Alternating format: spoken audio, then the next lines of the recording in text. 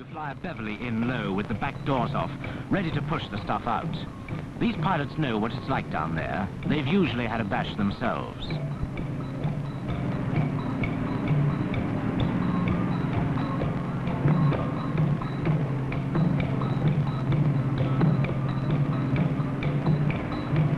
Warning light on, and the bomb aimer's talking the pilot on to the target.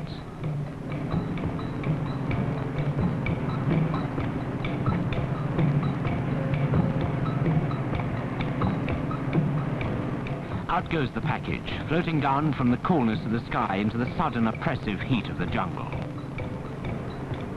A split second out in the air can mean hours of sweat for the chaps down below, getting a stray parachute out of the tenacious clutches of the jungle. That's the sight the crews like to see. Everything slap bang on the landing zone. No time for socializing, turn around and head back to base for the next job. The jungle isn't all flat. It can rise to spectacular pinnacles, and the chances are they're not even shown on the maps. It's not much like London Airport here, although it does seem just as busy. It's a bizarre mixture of corrugated iron, tent canvas and bamboo huts, with aircraft of every shape and size scattered about. A Britannia lands with troops fresh out from England. They've taken about 30 hours to get here, the sort of airlift the Transport Command's geared to deal with at any hour of the year, day or night. As the troops come through the door, they're met by the warm blast of air, carrying the scent of the tropics mixed with aero fuel. This Beverly hasn't come as far. It's brought a special load across from the Far East headquarters. It's needed somewhere in the jungle.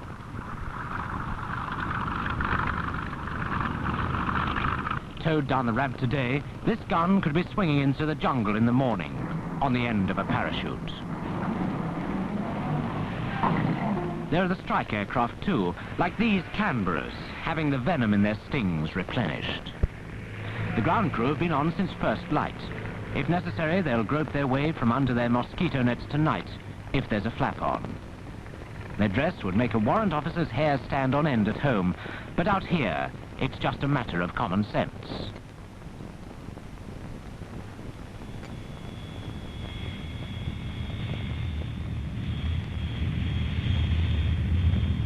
Aircraft and their crews come and go. Another Canberra's back from a photo recce flight over the jungle.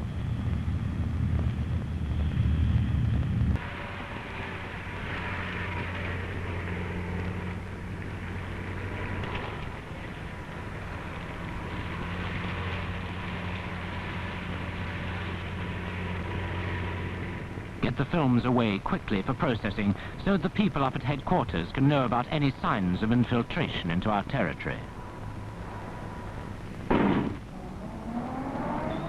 Out at sea, the V Bomber Force are patrolling for any signs of enemy movement. They're ready and able to deliver heavy strike power if it's needed. Carefully, the ground crews arm another of the smaller aircraft ready for business. Don't know where they're going. These chaps don't talk too much about that sort of thing. The important thing is to get them off and in first-class condition.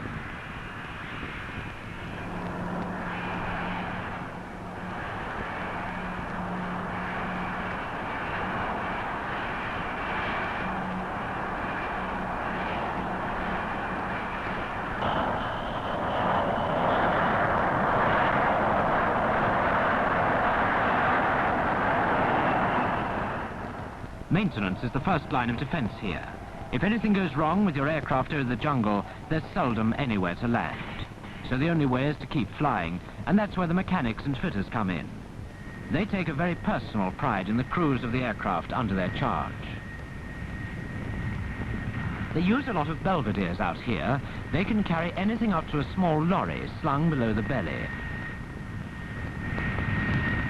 This one's off to drop some supplies at a forward rendezvous point.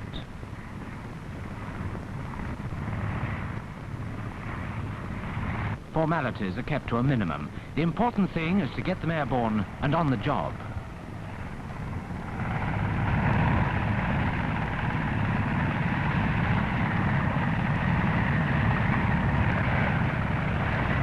From the air, the jungle looks almost inviting. But the things that look like giant cauliflowers are trees up to 200 feet high, which choke off the light and sight and sound of anyone down below. The rivers wind like muddy, stagnant snakes, choked with creepers and fallen trees. The crewman's keeping a lookout for any sign of life in the jungle. It could be the enemy, or a signal from some of our chaps in trouble.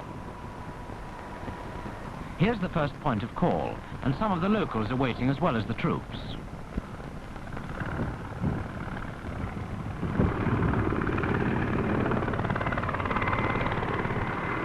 Our chaps always keep on good terms with them.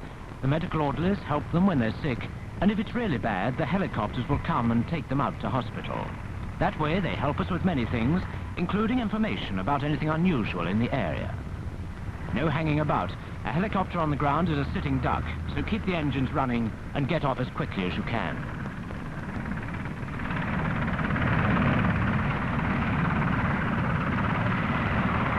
We're not going home empty. A few minutes airtime away, but several hours by land, there's a group of Gurkhas who've been on jungle patrol for several weeks. They're due to go back to base for a rest, and to lift in the Belvedere is the first part of the rest cure. Their outpost looks like something out of a storybook. Virtually everything's made from bamboo. Even the beds are thin bamboo mats that are soft and springy to lie on.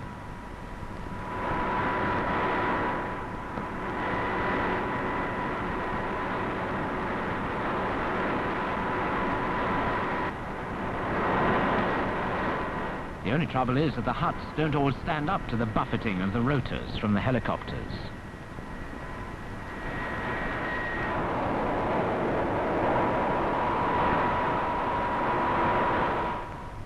Not far away, one of the other maids of all work is heading back to the main airfield, the Whirlwind.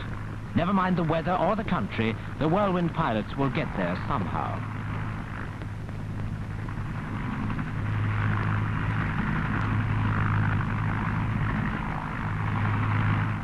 It's the monsoon season. 1 minute you can be flying along in the dry, the next you're coming down to land in a downpour, as though 30,000 angels were up there letting loose with fire hoses.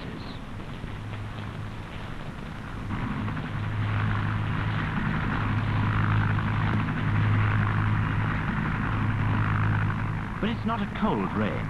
In fact, there's something almost British about it.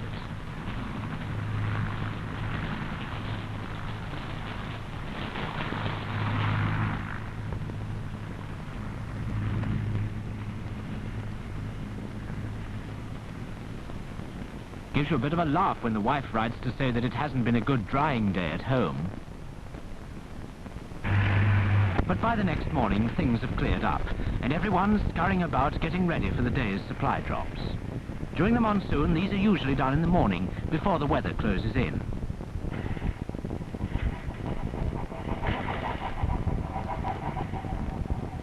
These anonymous-looking bundles are life to the men down in the jungle.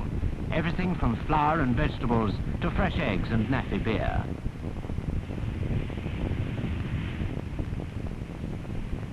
You name it, these boys have dropped it.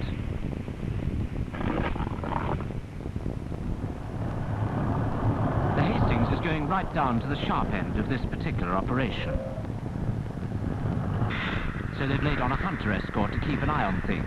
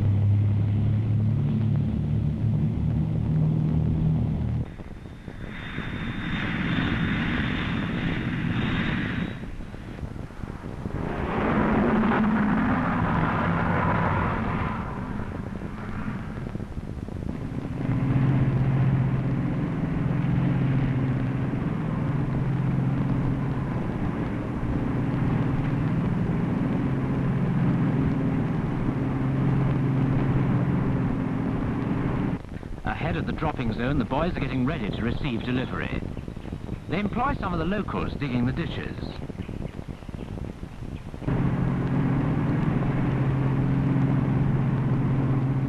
they start the run-in, the pilot's looking for the smoke bomb that'll give him an idea of the strength and direction of the wind.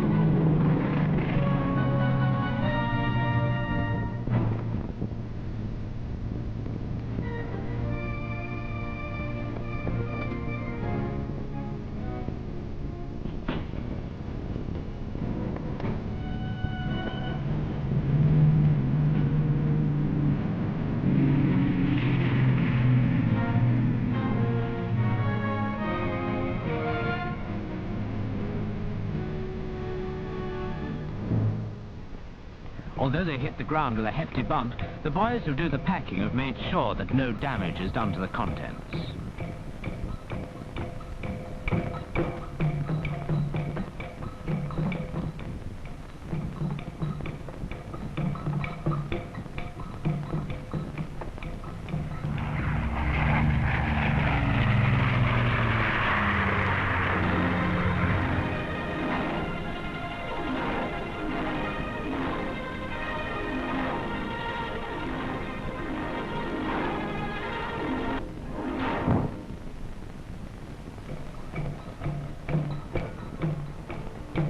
And that's the end of the drop.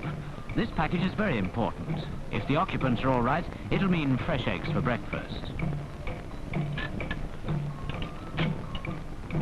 Well, a bit airsick perhaps, but they look healthy enough.